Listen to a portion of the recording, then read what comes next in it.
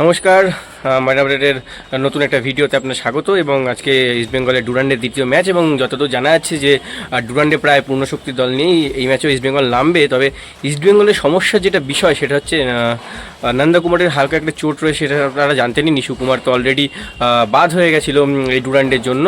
তবে এইবার ইস্টবেঙ্গলের কিন্তু যে দুজন স্ট্রাইকার, বিদেশি স্ট্রাইকার, ক্লিটন সিলভা কিন্তু তিনিও কিন্তু জটিল, এবং তারই সাথে ডিমিট্রি ডায়ামান্টাকোস, গ্রিক স্ট্রাইকার যাকে আনা হয়েছিল এইবার কেরালা থেকে বিপুল পরিমাণের অর্থ ব্যয়ের মাধ্যমে, তিনিও কিন্তু এই ম্যাচে উপলব্ধ নয় ইনজারির কারণেই।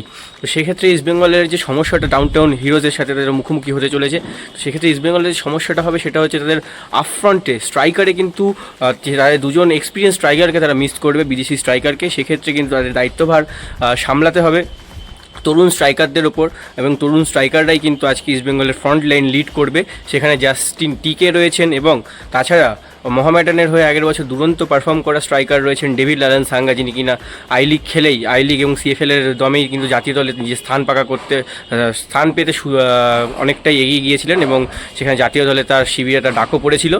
তো সেখানে দেখা যাক আজকে ইস্টবেঙ্গল কতটা কী করতে পারে। এবং যেহেতু ডাউনটাউন হিরোজের সাথে ইস্টবেঙ্গলের ম্যাচ, সেক্ষেত্রে ইস্টবেঙ্গল সমর্থকরা আশা করতেই পারেন সেরকম কোনো একটা অসুবিধা হবে না, এবং ইস্টবেঙ্গল কিন্তু জয়টা ছিনিয়ে নেবে। কারণ ডুরান্ডের পরবর্তী স্টেজে যাওয়ার জন্য কিন্তু আজকের ম্যাচটা ইস্টবেঙ্গলের কাছে খুবই ইম্পর্টেন্ট। কারণ পরবর্তী তাদের যে ম্যাচ সেটা কিন্তু কলকাতা ডার্বি, এবং সেই ম্যাচে কিন্তু একটা বাড়তি উত্তেজনা কাজ করবে। এই আজকের ম্যাচ জিতে তারা চাইবেন অবশ্যই একটা হাই কনফিডেন্সে থাকতে। এবং একই সাথে চলে আসি আরেকটি আপডেট ইস্টবেঙ্গলে, যেখানে হচ্ছে যে আজাদ যে প্লেয়ারটি, যিনি সিএফএলে একটি ম্যাচে দুরন্ত পারফর্ম করে কিন্তু ইস্টবেঙ্গল সমর্থকদের মন জয় করেছিলেন, সেই আজাদকে কিন্তু ডুরান্ডের জন্য রেজিস্টার করানো হয়েছে। একই দিকে অপর শিবিরে অর্থাৎ সবুজ মেরুন শিবিরে কিন্তু জেমি ম্যাকলেনের একটা হালকা চোটের খবর আসছে। তিনি কিন্তু হালকা কাঁধে চোট পেয়েছেন। তারই সাথে যে ধীরাজকে এই বছর মোহনবাগান সাইন করায়, ধীরাজও কিন্তু এটা আউট অফ ডুরান্ড কাপ হয়ে গেছেন ইনজারির কারণে। কালকে তিনি কিন্তু চোট পেয়েছেন তিনি।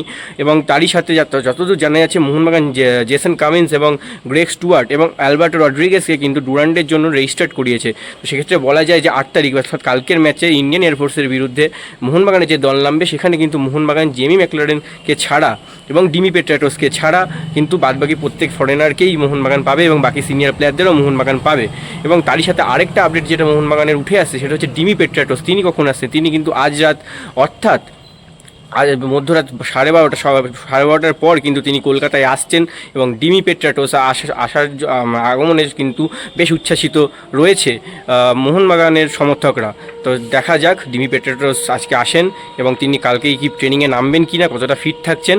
এবং ডুরান্ডে কিন্তু যে ডার্বি আসছে, সেই ডার্বিতে কিন্তু দুই দলই কিন্তু তাদের পূর্ণ শক্তি নিয়ে নামছে। ধন্যবাদ ভিডিও দেখার জন্য।